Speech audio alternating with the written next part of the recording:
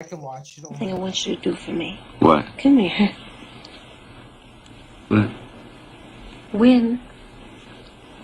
Win. What are we waiting for? Take this! 15 seconds left in the game. 10 seconds. Morris shoots it down the ice. Law makes the save. Ladies and gentlemen, the Flyers are going to win the Stanley Cup. Into Kareem. Knocked away by Cheeks and a steal. Cheeks will use up the clock. Goes Malone. And that may do it. And look at the Sixer bench. They know it. That defense, right again, that defense comes up with a big play.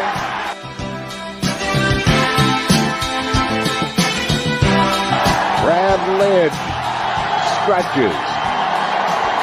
The 0-2 pitch, swing and a miss, struck him out. The Philadelphia Phillies are 2008 World Champions of Baseball.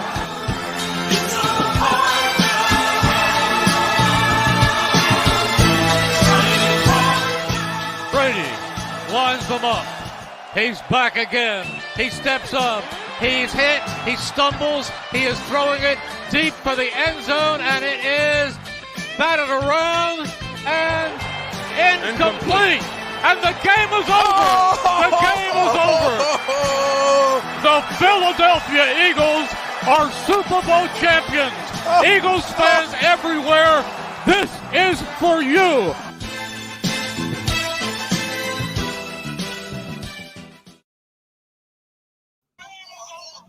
Hello, everybody, and welcome to the Complex 4 for 4. I'm Brent Kremer. I'm guest host today out here with Scott and Will Guns. It's going to be a great show. Hope you guys enjoy it, and I'm happy to be here. We're going to kick it right to Scott for some Flyers talk. What is going on, fellas? How you guys doing today? Good, brother. Good. Yeah, real not good. too bad. Good. Oh, I drank last night, so I was at a wedding. You're probably feeling it then. I'm actually feeling okay. The wife's feeling it. Not me. She upstairs sleeping. Willie Guns is making shit happen. So how you feeling, Brent? Oh, I'm feeling fine. I got a little bit on the piss last night, but what did you drink? Fine. What did you drink? To go to? Some Pink Whitney mixed with White Claw, so I'm a little bit. I was double fisted Miller Lights and Captain and Pink Gingers. Whitney's. You said Pink Whitney, man. God. The last time I had that, I was like, oh, the whole bottle in one sitting. So how the Flyer? How you were telling me you liked how the Flyers finished at the end of the year? I think it's a little late, but I think they should have did that during the whole beginning of the year. With that being Elliott's last game as a Flyer, now he's a free agent. So now they're still kind of up in the air whether they're going to keep him or whether they're going to just get rid of him. I think he should retire.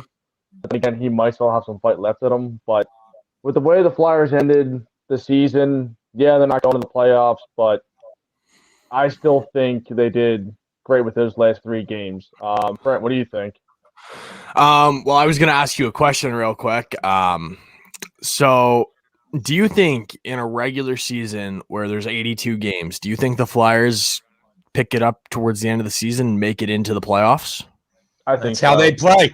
That's how they play, man. 82 game season. If there was 82 games this year, I think they would have picked it up. I really do. Yeah, they were obviously. It's a great question.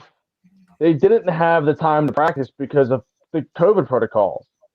So how much time can you really get spent with the whole team? And then AV, he's not really doing what he wants to do, and that's really sit down with the team and get them on the ice and actually say, well, this is what we're doing wrong, and this is what we have to do to get where we need to be.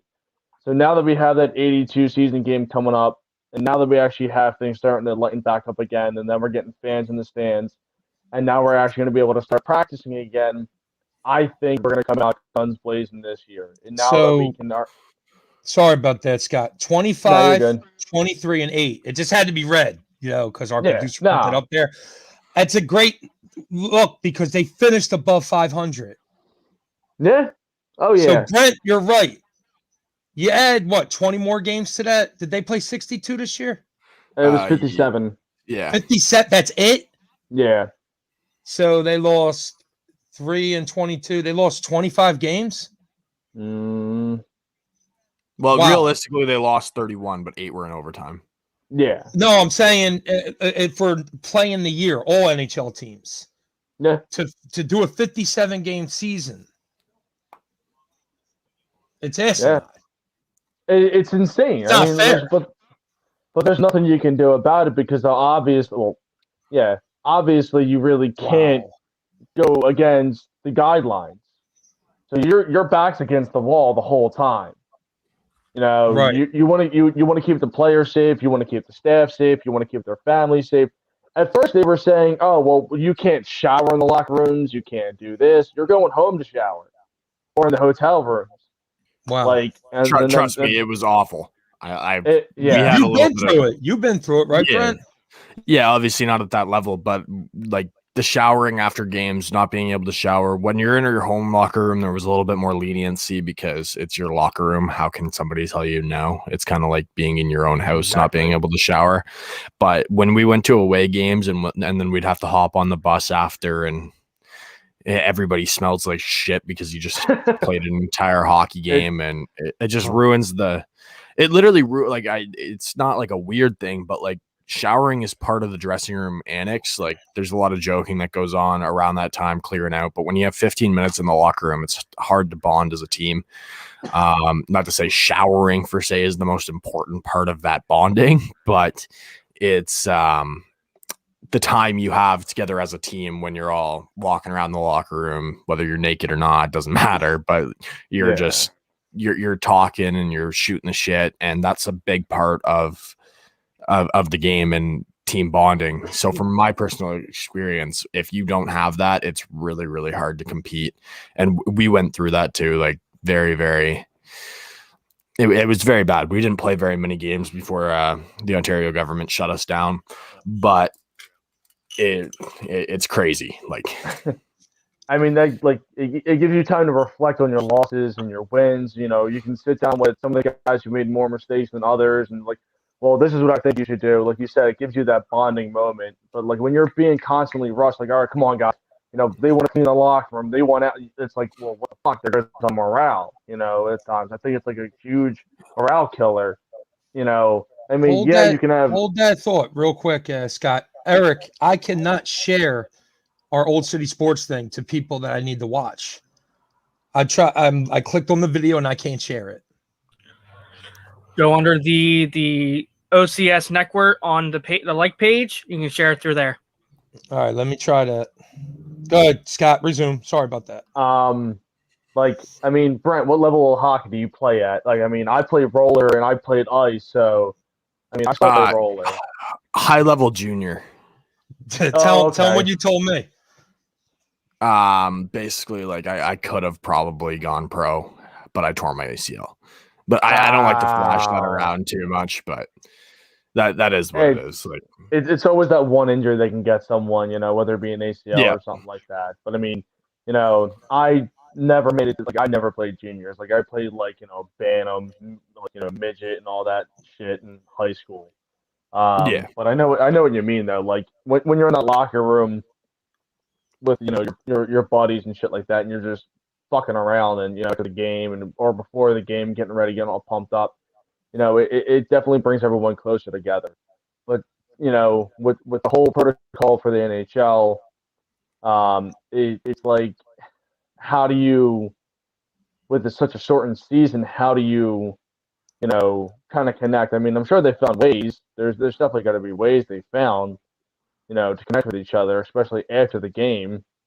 I mean, you know, maybe like a call like this or something like that, but it's not personal. It's not the same thing. And like during a regular season, you'd be surprised how often these NHL players maybe sneak off to a bar, sneak off to each other's houses to have beers. Like these guys are pretty, like they're healthy, but they can drink. Like it's not like they're like they're partiers for the most part. There's some guys that aren't. But like from my experience being around guys like that, it's like that's a big part of the bonding too when you're out going out and doing stuff, but like you can't even go to each other's houses. Like you can't go hang out with them. Yeah. And like there's very, very like obviously a huge structure around the COVID laws and stuff. And it's so hard to get a team going when you can't bond because yeah. And take it from me, I know I've been there. It's way different. It's not like these hockey players, we don't play just because we want to. Yeah. We're playing because it's a team sport and we like hanging out with the guys. Yeah. No, I got you. Like, I mean, but you know what? Now with the 2-game season that we have coming up, hopefully, like I said, we can bring up the young guys. Like, I mean, Wade Allison's one to watch. I mean, he's a young, scrappy kid. He's definitely got a shot on him. He's a well-rounded player, and then you got some other prospects coming up, and then, Sam Warren's staying with us. Thank God. That's one player that we need. But I'm very, very excited about this season coming up. I mean, like what would you guys take on that standpoint about this? Now everything's starting to open back up again. I think it's going to be a big boost on the guys. Yeah, and it's really hard to say because from my standpoint, being a Canadian, I like it's gonna be a lot different for some teams because up here in Canada, everything's not opening up. So the borders are shut down. Still, I just shared the freaking live fucking everywhere. Said fuck it. I posted on Mum Nation because that's a big thing in South Philly, and we're Philly sports. I posted that shit in Eagles Nation. I posted that shit everywhere, man. I didn't even care. That's why it's always important to do that for every single show. Yeah. But it's just how it is, right? Like some places are going to be opening up and some guys, like for the playoffs per se, some teams are going to have an advantage. I'm really curious. I'm really curious to see what happens. Huge. Like once the Canadian teams get out of their division, because that's going to be rough.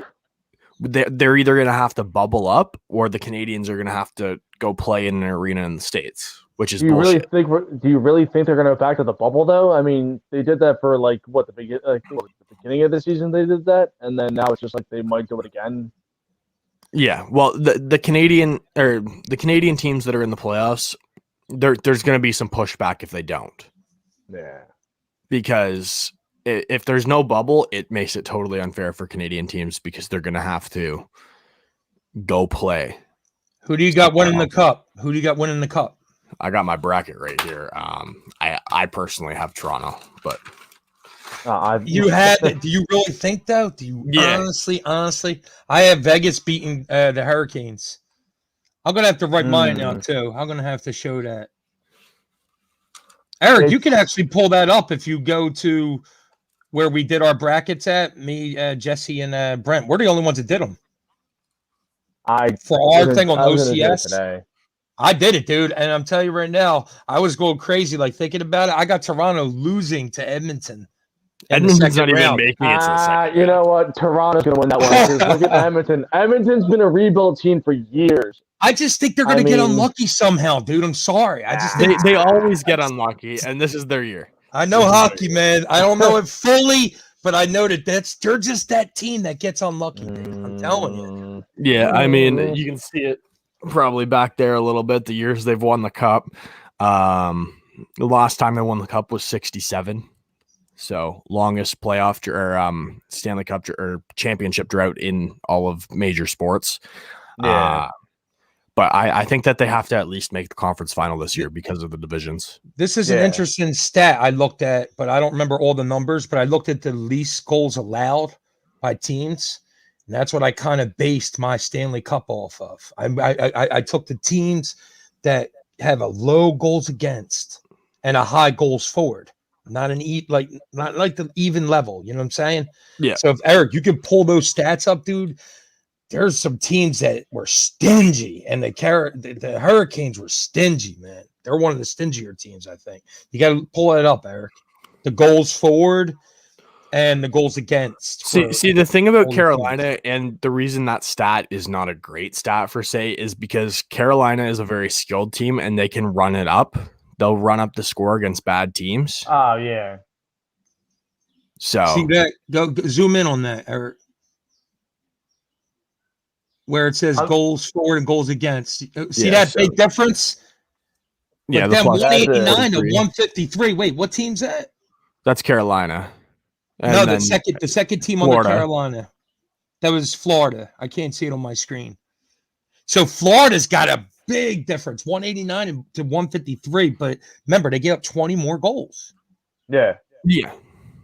But they destroyed teams. But I mean, Colorado and Vegas are two teams that they're likely going to go up against each other in the second round, but they're also going to beat the shit out of each other. 191 to Vegas is a speedy team, 124. though. I mean, seriously. Dude, look at their home record, 21-5-2. Damn. Wow. Yeah. Pull up the Flyers, man. Let me see the Flyers. Let me see theirs. Go to them. They're negative. Since this is Philly sports talk. Yeah, negative 38. That's not. Wow. That's pathetic. But then minus 61. But still, minus look at 49. It's a shortened season. So, like, I mean, what do you expect? I mean, That's bad, dude. That's bad. It is bad. That's no, bad. it is bad. It is very bad. Did Flyers Alley ever talk about this? Or is this like different Flyers talk? What do you mean, statistics? I think it's important. I think you got to look at these things. I know it's not stats by a player. It's stats by the team. Yeah. It's so important. And bringing up Flyers Alley, everyone go check out Flyers Alley and the rest of the podcast on the network.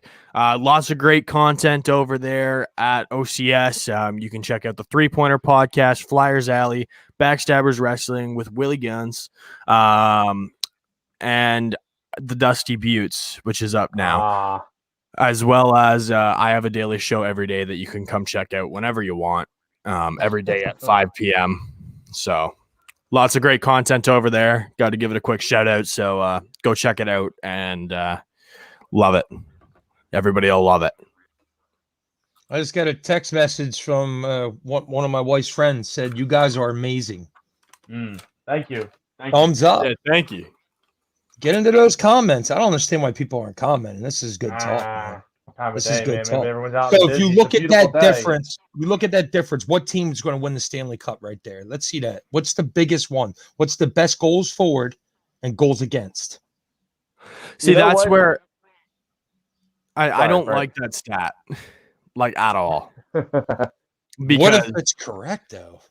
Well, it could be, but it never. I feel like it's never has been before. The team that won last year, Eric, can you pull up their season stats? What they had? The team. It was Tampa Bay. They were supposed to win the cup, though. Yeah. Okay, so drop down. One of these number one teams that are outscoring teams so badly and giving up the less goals against. How would Tampa Bay have those stats? Probably, but their division was very weak last year. Florida was horrible. Carolina wasn't as good as they are this year. So it's not really a great stat in my opinion. Just because now, if the Flyers took the Islanders, right, in the last playoff, right, do you think that they would have stood a chance after that? In the playoffs, they were playing some good hockey until they ran into that damn Islanders team, man. The problem is they would have had to play Pittsburgh, and that would have been like a back and forth. But that'd have been a brutal series. At the end of the day, I give that one to Pittsburgh. Yeah, 4-2 or 4-1. Like 4-2, maybe 4-3, if they could. Yeah. That would be entertaining. Though I would have preferred that. You know what I mean? Well, yeah, of course, as Flyers fans, you want them in the playoffs. So, well, the problem is when you're a Flyers fan, you just want them to go deep. It's not even about the cup anymore. It's like, please, just entertain us. Honestly, it's almost about the cup. It's almost getting to the point where I think we're like well over two because I mean, now we're like trying to like just get something built up. I mean, so far the structure is there. Scott, you're wrong, man. It's not about the cup anymore with this team. It's not. You know it's not. It's always about the cup to some lengths, but at some point it's not.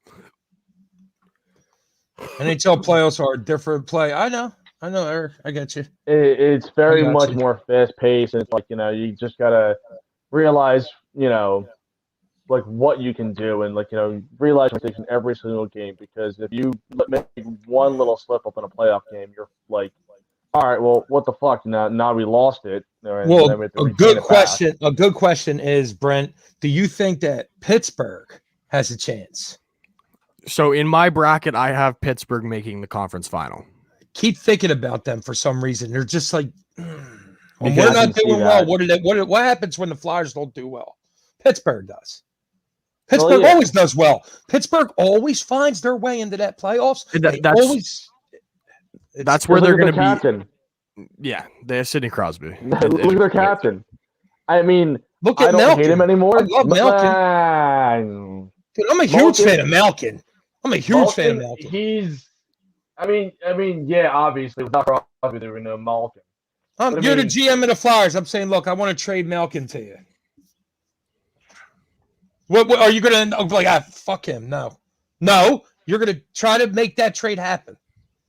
He's expensive though. What's his cap at? Like what? Malkin needs his own team. He can't keep on riding it with Crosby. He's too old though. At this point, though, it's Crosby and Malkin. It's not really just. Yeah. It's always going to be that way. Do you think that they've been the best duo in hockey ever? No. I'm saying lately. Oh, lately. No, Connor McDavid and Leon Draisaitl. It's not really that close. No, I'm saying all the years playing together. That's what I'm talking about. Oh yeah, sure. For a while they were, but now Draisaitl and McDavid have passed them. Yeah, 100%. Wow. So what about so in NHL history, what's the best duo then? Probably Messier Gretzky. Yeah, I can definitely agree with that one because he wouldn't go anywhere without Messier. Messier was 100% by his side no matter what. When he went to LA, Messier was with him. Wow. No, that was oh wait. Yeah, I'm sorry. I'm staying corrected. You're talking about Messier played with Gretzky on the Rangers. And he played you're talking about Marty McSorley, yeah. Edmonton. Yeah, sorry. Yeah, he did but Messier followed Gretzky to the Rangers. Well, Gretzky went to the Rangers because of Messier. Is that correct? Yes. They didn't win a cup together. No, they played in Edmonton together though. I'm sorry, Jets are not even making it out of the second round. EA Sports NHL 21 predicted Jets to win the cup. Damn. I don't even think I got them past the first round. I got to look at my damn bracket. I do. I have them beating Edmonton. Yeah? Oh, no. Yeah. I got Edmonton winning that. I took Edmonton. Yeah. The Jets are a good team, dude. The Jets are a good team. So, for best duos of all time, I don't think Crosby is even necessarily like top 5. No. Because you got to have Ted Lindsay and Gordie Howe, Bobby Orr and Phil Esposito, Mario Lemieux and Jaromir Jagr. Oh, those two. You can't forget about them. Mike Bossy and Trottier. Serge Savard and Larry Robinson. Paul Coffey and Chris Chelios. Yeah, I would have Crosby above them. So Crosby and Malkin's pretty big. Crosby and Malkin would be like my 7. Wow. So I mean, they're better than Stan Mikita and Bobby Hall. Yeah. Is Ovechkin and Backstrom up there? Where do you think they're at? They'd be like probably like pushing it down to like 25. Lindros and Leclerc. I knew you were going to say. I was waiting for someone to say it. I mean, that's a great. They're not top 10 now. No, they're not top 10. No. Maurice and Henry Richard.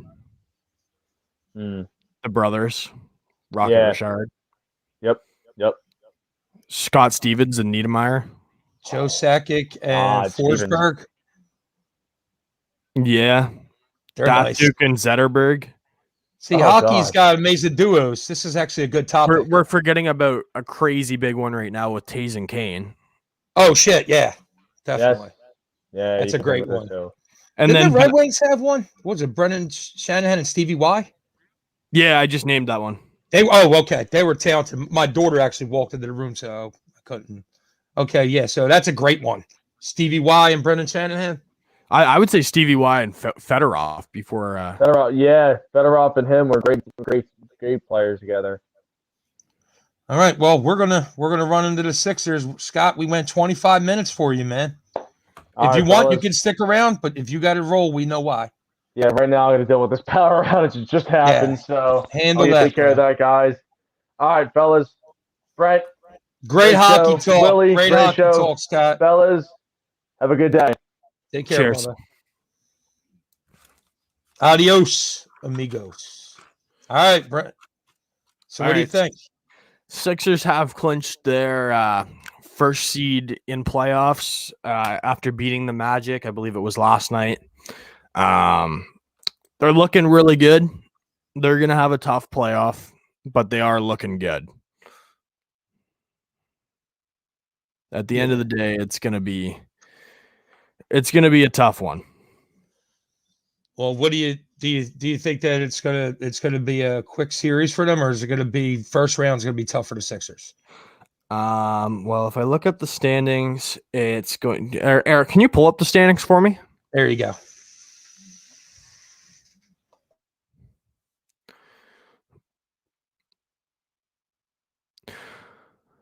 Okay, so likely in the first round, they're going to play what's probably going to be Washington. I'm not. You don't have the. Oh, you do have the plan. Okay, so yeah, it's like I have Washington beating anyone in the play-in tournament except the Celtics, because the Celtics are gonna win that 7-8 match, and then Washington's gonna beat either Indiana or Charlotte, and there's no question about it. Charlotte could maybe do something, but they are without Gordon Hayward, who's a big part of their team. And honestly, like I like the Hornets, but they're not as good as they're not going to be able to shut down Bradley Beal and Russell Westbrook. So do you think Embiid's going to stay healthy? He better. Can he do it though? It's tough, dude. He looked like he ran out of gas against Toronto when last year, when they lost last year. That was 2 years ago, no? Yeah, 2 years ago. Yeah, 2 years ago. Yeah. Remember, I'm talking about when they go deep into the playoffs. Yeah. That was an Easter, they win that. I think they win it all. I think if they got by Toronto, I think they would have won it all. Yeah, assuming Golden State had the same injuries. He was, yeah. He was crying. Yeah. And he was crying, man. So he knew that he did it. He knew that he was part of the club that lost that game for them. Yeah, absolutely. And when you're a player, I mean, he's obviously the best player on that team, and it's not close. Right. He also wasn't as good 2 years ago as he is now. Not even close. Mm-hmm. He wasn't in an MVP conversation at all. He's a much better player now than he was then. So assuming the Sixers play, let's just say Washington or Charlotte, because I don't see Indiana doing anything in playoffs. I really don't think so. They're out like 4 starters, I think, too. So, I mean, at the end of the day, I have Washington playing them in the first round, which is going to be a harder suit than you'd think. Wow. Like, Washington's not a bad team. I think the Sixers are going to win, but I think Washington's going to steal the first game. And because I think the Sixers... Bradley Beal's going to go off. Bradley Beal is going to go off. Russell Westbrook will go sicko. Oh, he's already going sicko, dude. He's going to be a friggin' nightmare. Yeah. And then... It's going to be a brutal series. I can tell you that. I think Philly wins it in 5. It's going to be brutal, though. It's going to hurt the Sixers' bodies. They're going to lose their first game in that series because the Sixers are the number 1 seed. They're on their high horse. Washington's an underdog. They're going to come in. They're going to dominate. And the Sixers aren't going to know what to do with them. And that'll be the first game. And then the Sixers will go, okay, we actually have to play. Yeah, we're coming back down to earth. Yeah. So, I mean, obviously the Sixers are looking good. They have like 5 players averaging over 10 points. Harris is almost averaging 20, and Embiid's averaging 28.5. They also have Ben Simmons. They're going to shoot themselves in the foot if their wing players can't shoot threes, if they're not hitting threes. If Seth Curry, Danny Green, and those guys aren't hitting threes, they're going to be in trouble. They're definitely going to be in trouble because without those guys hitting threes, you don't have anyone to counteract 3-point shooters. So you don't have anyone to hit the three without Danny Green. And Seth Curry. But Embiid can hit a three. The problem is Simmons cannot. Right. You can't have Simmons taking a three at any point in the game because it's a turnover essentially.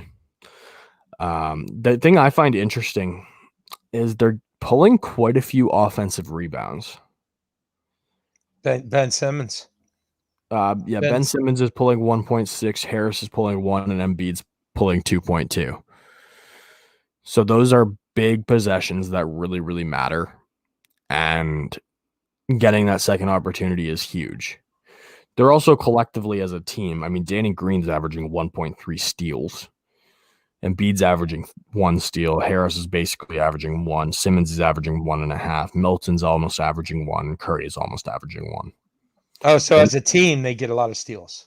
Yeah, they have a fair amount of turnovers. They have 2 people that could be potentially in the DPOY conversation with Embiid and Simmons. I don't think either of them are going to win it. Gobert is going to win it this year, but they do have a pretty decent all-around defense, and even their blocks, they're pretty decent. Embiid's averaging 1.4, Harris averages almost 1, Simmons averages half a block a game, Milton averages 0.3, Curry doesn't do anything block-wise, but Danny Green even averages 0.8 blocks per game, so that's pretty good from a league standpoint. And they also have some other guys like Korkmaz and stuff that are doing pretty good. I just have the top 7 player stats up based on minutes, but based on that, it's looking pretty good for them. They definitely score enough points, and they get enough rebounds for sure. But at the end of the day, it's going to come down to if they can stay healthy and be a strong team in playoffs, because we have not really seen that yet from that team. I think Danny Green, because of his playoff experience, I think Danny Green's going to be a key player for the Sixers if they're going to make it. If they're going to make it to the finals and possibly win, I think Danny Green's got to have a good playoff. Yeah, no, he absolutely does. You got to hope he doesn't play like he did for the Lakers, because that was embarrassing for him. Mm-hmm. The one thing I really, really like is how many rebounds Danny Green gets as a guard. How many? 4, which isn't bad considering he doesn't play the most minutes. Yeah, I think he's like 4th on the team. Oh, I guess probably 5th in the team on rebounds, which is pretty good for the amount of minutes he plays. Simmons gets 7.2 and 1.6 offensive. So that's really good for a guard. Embiid gets 10.6. Harris gets 6.8. What's Embiid's offensive rebounds a game? 2.2. It's not bad, man. Not at all. Not bad at all. As a team, they're pretty damn good. Like you were saying, that's a huge stat. That means that second chance points. You know what I mean? Gives you more. It's a huge advantage. I guess that's why they got a lot of blowouts. Yeah. Oh, 100%. Offensive rebounds, man. Oh, Jesus. If you can't get them in a basketball game, you're not going to win. No. And the Sixers get them. Yeah, and the other huge thing for them is the amount of assists they get. So they play team ball. They do rely on Embiid, but at the same time, they still won without him. They still played well without him. But he's in playoffs. They can't lose him. They're not going to do anything in playoffs without Embiid. What about Seth Curry? You think Seth Curry? This is probably the best team he's ever been on, obviously, and he's got to be a huge asset with that 3-pointer, because you know how the playoffs is. You need a clutch shooter. Yeah, and that's why I was saying that these wing guys, they're going to be the key to success for them because Simmons can't shoot a three. They don't have guys that can shoot threes very well. I mean, Jesus Christ, Seth Curry shooting 45% from three. That's insane. Tobias Harris is almost shooting 40%. Danny Green shooting 40%, which I'm not surprised by.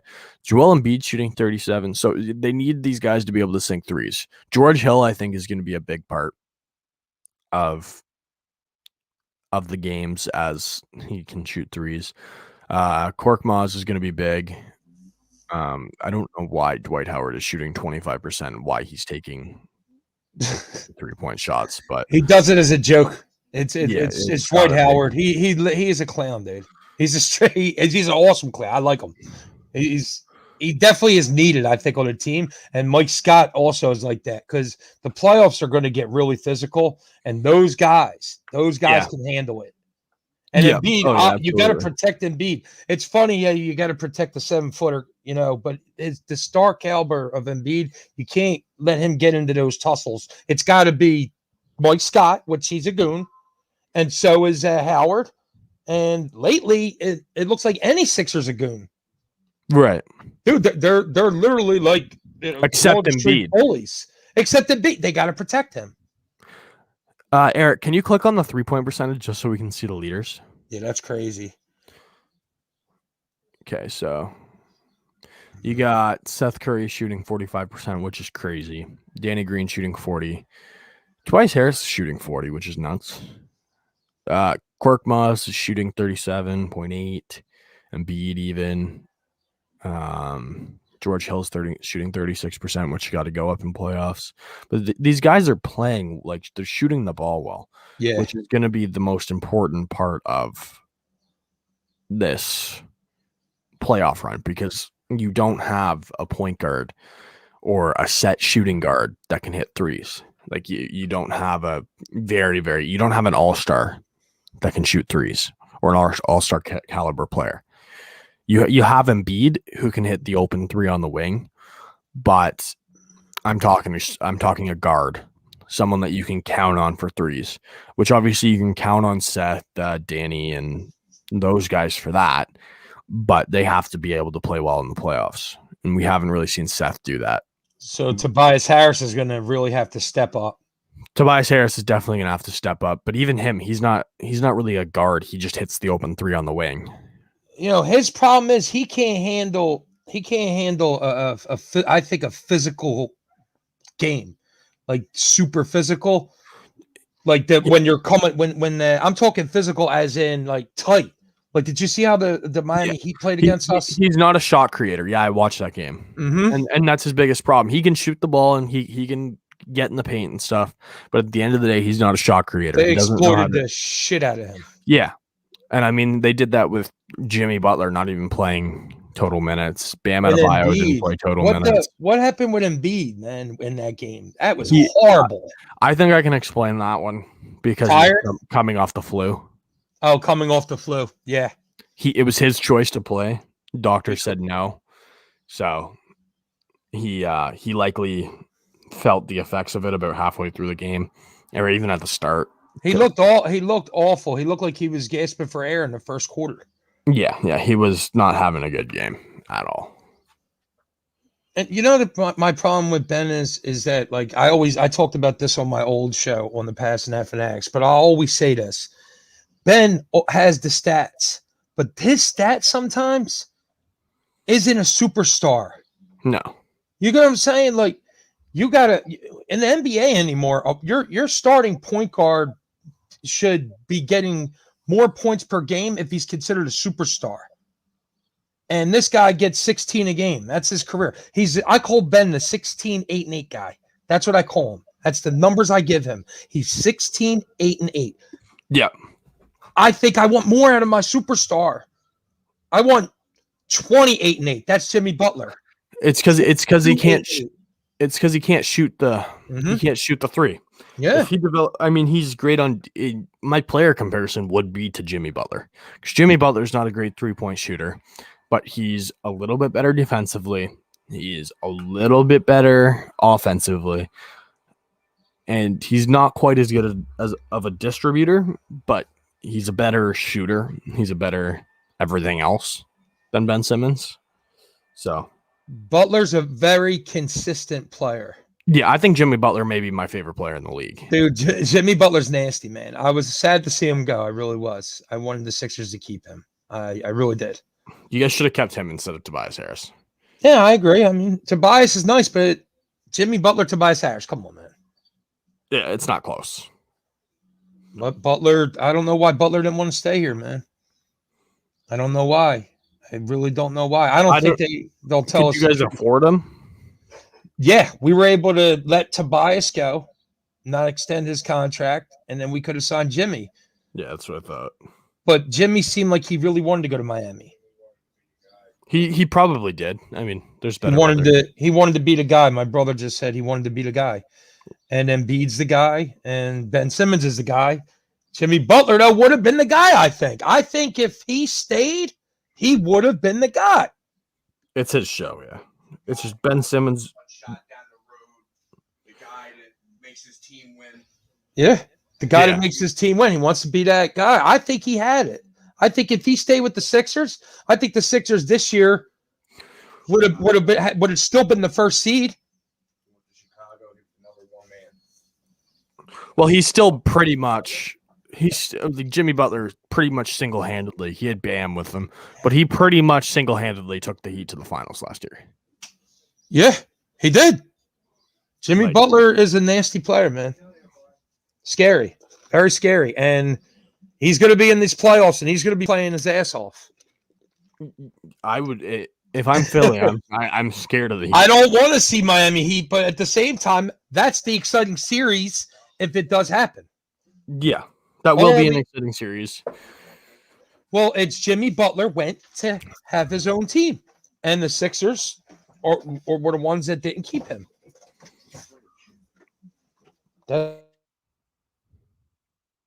And the other thing is, Ben Simmons is sometimes just non-existent.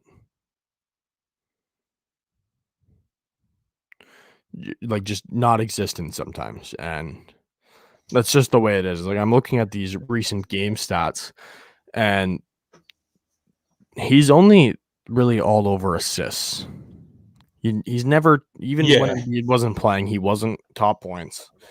He wasn't getting rebounds the way he should have. And there's some games where he doesn't have any of those. Like Tyrese Maxey has more assists. Embiid has more rebounds and more points. Like that's just what I'm looking at here. Joel Embiid has, I don't see a game here where Simmons is even touching any of them. Like there's not a game there where he is the most points on the team.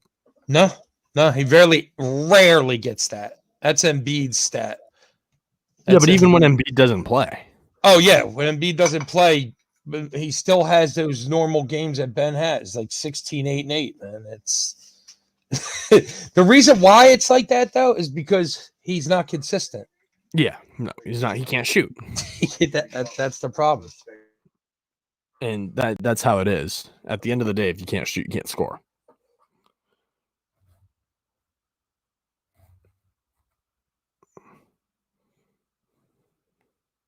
But that's just how I see it. I'm not sure. That could be totally wrong. This has been really good Sixers talk, man. Killing it, Brent. We're killing it.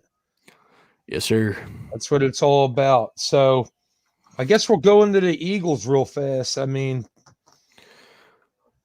the only thing I really got to say about the Eagles is Devontae Smith. Right. It's his team now, I think.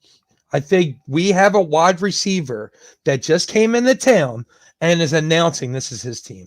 This guy in a national championship game tied the record for most receptions in a half and yards too, I think, right? Yep. Come on. We have him. Dude, I'm telling you, the dude is nasty. He He is is a nasty. baller. He's a straight baller, man. His only issue is he's undersized. Well, he got snubbed too. Yeah. Waddle went before him. You don't think that's in the back of his mind, but at the same time, the dude loves the Eagles. So this dude came on the Eagles as a fan. That is huge. That is huge. Yeah, absolutely. And he has chemistry already with his quarterback. Yeah. Imagine if you got Deshaun Watson. That'd be crazy. I was talking to a guy when I was at the wedding, and he said, you need two of the same quarterback in order to run a proper offense. And I was like, wow. Because you don't want a pocket passer and then a scrambler. You want a scrambler. Yeah. You want a pocket. So we're going to go scrambler. And I think if they get Deshaun Watson, throw into that kid, look what Deshaun Watson did for DeAndre Hopkins. Yeah. I mean, D-Hop is obviously a generational. Yeah, he's D-Hop. So at the end of the day, it's. But that's what Devontae Smith can do for Watson. Can he shape into D-Hop is the question. I think he's going to be a different type of wide receiver. I compared him on the NBA draft. When we were talking, me and Kyrie, I compared him to the NFL draft. I compared him to Marvin Harrison, right? No one was saying that. Out of nowhere, everybody's saying it. Marvin Harrison. But I think he's slightly different. He looks like he's got longer arms than Marvin Harrison.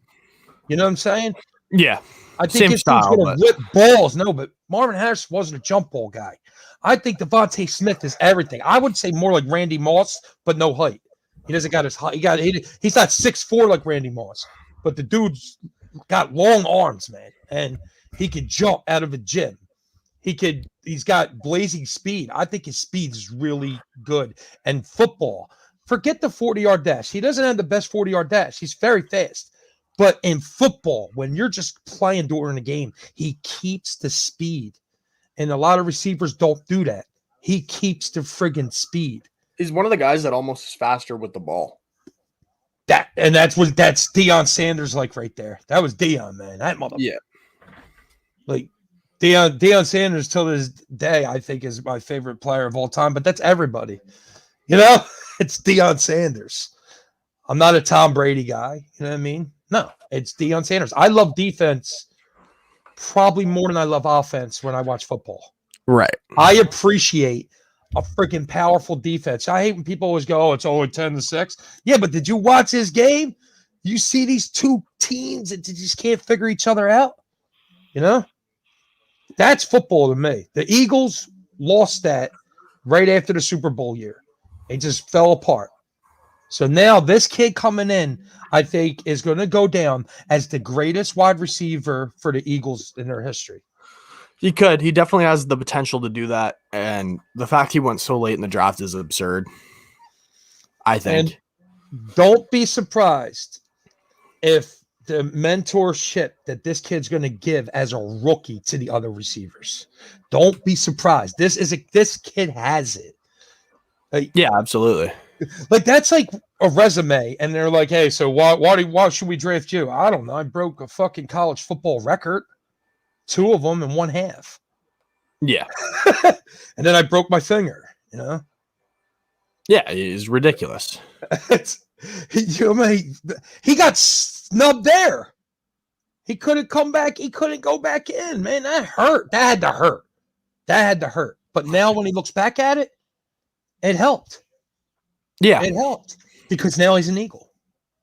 That dude stays in that game, and he has a national championship game with 25 catches or something. We're talking probably 500 yards receiving, maybe 400 yards receiving. That right there is the number 1 draft pick. I don't care. But because he only did it one half, what do the NFL teams look at? That's bullshit. The whole NFL is stupid, dude. I'm telling you right now, they're stupid to let him fall to the Eagles. They're fucking stupid. And dude's gonna ball. He's gonna ball out. He's gonna straight ball out. Yeah, I agree. And I watch other shows, and they don't talk about Devontae Smith the way they should. The dude is gonna tell you, he's gonna go to the Pro Bowl his first year. His first year, kids make it to the Pro Bowl. He's gonna be like Randy Moss, man. I'm telling you, it's over. This ain't no thing of Whiteside. No. This is Devontae Smith. I think the Eagles made out in the draft big time just by drafting him. I don't give a fuck what you took after that. Right. Sometimes you have to take that. How many guys get drafted in the NFL and they don't even make the starting roster? They get cut. It's like any sport. Like these guys, I think the NHL, like a first round draft pick, like as a total, not like the first 3 picks, obviously, but after that, it's like I think that only like 40% play over 100 games in the NHL. It's so tough to make it, no matter what. It's tough. Devontae Smith broke an old ass record in college football. He won the Heisman Trophy too, by the way. Yeah. And he falls to the Eagles at 10. The Eagles traded up to get him, yes, but Dallas didn't need him. Dallas needed Parsons. So Dallas was, I don't know how that talk went down, but let me tell you something. Had my hat off to Howie Roseman for that. You just fucked the Giants again, just like you did at the end of the year last year. They could have went to the playoffs, but you decided to take Jalen Hurts out when he was bowling out against the Redskins. That was, I mean, I don't care. You know, it is what it is, but that is fucked up. Because that meant you literally admitted you threw the game. Yeah. How? How do you do that and get away with it? That's what Doug Peterson should have been fired on the spot. Or if that was Jeffrey Lurie's idea, don't do that shit again. Because then we look like the Eagles now look like even more jitbags and over again. And we get a bad rep for that, man. Yeah. We get a bad rep for that. Every team that plays you on that field is going to disrespect you for what the fuck you did. So get ready, Eagles, because it's going to be a tough season because these teams are gunning for you. Yeah, it's like the Astros in baseball. Don't be surprised if Atlanta comes out, fucking Kyle Pitts just lights us up like a fucking Christmas tree. That's his rookie game. This dude's a monster. This dude's going to fucking, oh my God, he's going to be a nightmare. Ain't got nobody can stick him. What, are you going to put Slay on him? Slay's got to stick friggin' Julio Jones. Julio Jones going to let up Slay. Yeah. The Eagles can't beat a team that has dominant receivers or tight ends. Yeah, no. The Eagles are going to be more than likely to beat a team that relies on running the football. Pull that up again, Eric. It's crazy. See, I don't hate their schedule, though. It's not the hardest schedule in the world. Okay, so Atlanta has great wide receivers. So Atlanta's going to be tough. San Francisco 49ers, that's definitely that's going to be a tough game. That's going to be a tough game, but I think that they can walk away with that, especially. Well, are they going to start? What's that? They got Trey Lance, I think, right? Yeah. Are they going to start Trey Lance, or is Jimmy G still starting? It's my guess is Jimmy G. Jimmy G thinks it's a competition. Well, first of all, it's got need pass rush against San Fran. So if the Eagles' defensive line comes out dominating that game, it's going to be a close game. I think Eagles take it. If the Eagles' defensive line can't get in there, dude, it's Jimmy G's going to light us up probably with Kittle. I'd say he'd light us up with Kittle. They also got, damn it, what's that damn receiver's name? Eric, pull up the wide receivers for the 49ers. That's a good thing to look at. And that's one thing we could also always do, Brent. I mean, if you want, dude, you could always be on the complex, man. I can come on whenever you guys need me. You know what I mean? Because it's great talk with you. It really is. Like, you got it. I enjoy talking to you. Yeah, I appreciate it. I enjoy coming on. So what we'll do is we're going to break down each game. The next episode, we're going to break down the Atlanta game on what their starting lineup is and everything. And we're going to do our picks. But we got to agree. We got to be like, I got to prove to you that I think Atlanta's definitely going to win that. And you got to say the same thing, or you can think we are. I agree with that. That'd be fun. In the schedule right now, I see like probably 9 easily winnable games. You're going to destroy the Giants. I think we beat the Giants twice. Yeah, I think you guys beat the Giants twice. I think you guys beat the Raiders, Panthers, Jets. Dallas is going to be a nightmare. Dallas is going to be a nightmare. Yeah. Maybe we split it. Do we split? Yeah, probably. The Saints. I think you guys can beat the Saints this year. Can definitely take the Lions, I think. Definitely. Yeah, they're in one of the ones that I definitely see as a winnable game. Chargers, very winnable. I don't think the Chargers are gonna be that great. I don't think so. I think it's a down year for them. Denver, I think we could beat Denver. Yeah. It all depends, man. It all depends on the young stars that came into the league. I think they go 10-7. 10-7? I'll take that. I'll lose the division. I think Dallas is gonna be good this year. Yeah. Dude, Dak Prescott, a lot of people don't talk about it, but that dude, he was bowling out before he got injured. Oh yeah, Dak Prescott's disgusting. Do you think that he could come back after that injury and still be dangerous? I think so. Yeah. I think so. He's got something to prove now. He got put down a lot, man. A lot of people put him the fuck down, dude. I don't know why. 49ers wide receivers, here we go. All right. They don't look too good. I don't see any great names. Devontae, yeah, they don't have anyone. Mohamed Sanu, that's garbage. So they don't have anybody that could cook Slay. There's your problem, 49ers. All they got is Kittle. Yeah. So what I do is I break the rookie in, man. I put a linebacker. I'm playing zone, of course. I'm going to play zone. I'm playing the linebacker to make sure that he covers anything that Kittle tries to run across the middle. And then I'm going to have a corner that's actually going to be playing a deep zone. And the safety's going to come up short. Right. So I got a corner that's fast that could take Kittle if he tries to run deep on us. And I got a safety that could take him to the sideline if he's doing an out. Dude, I'm telling you, the 49ers don't have enough for our receivers, I think, to beat us.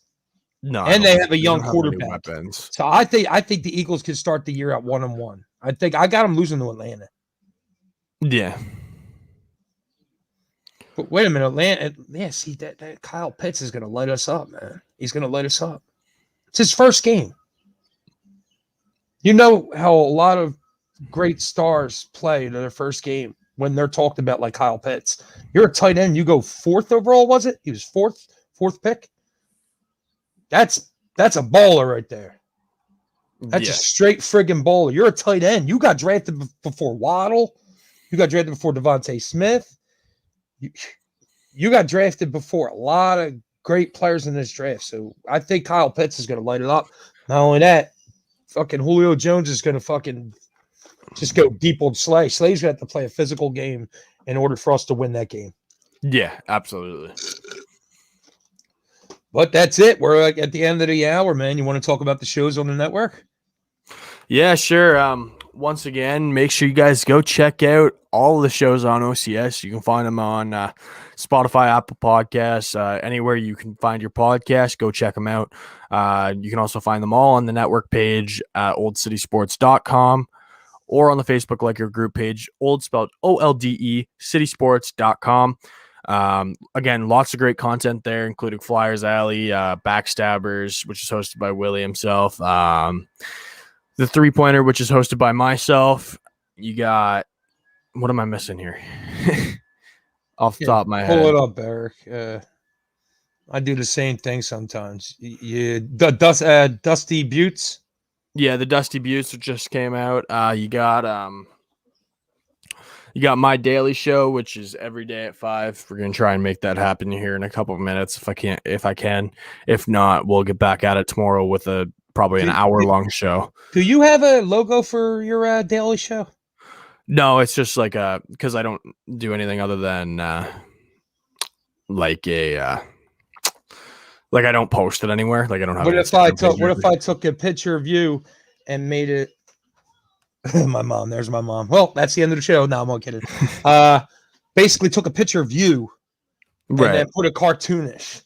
Like that's kind of what on and shit. That's with the kind of what I buckets got over there. right now. But yeah, I don't have the microphone and everything, but that would be cool. That's kind of what I was looking for when I was getting it 'Cause going. it's your show. I mean, it's the Daily Show. It's a great Yeah. show. Also, it's a great show. Yeah, I appreciate that.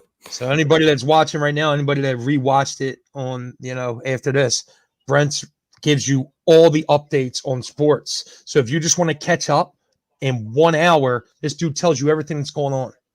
That's pretty fucking amazing.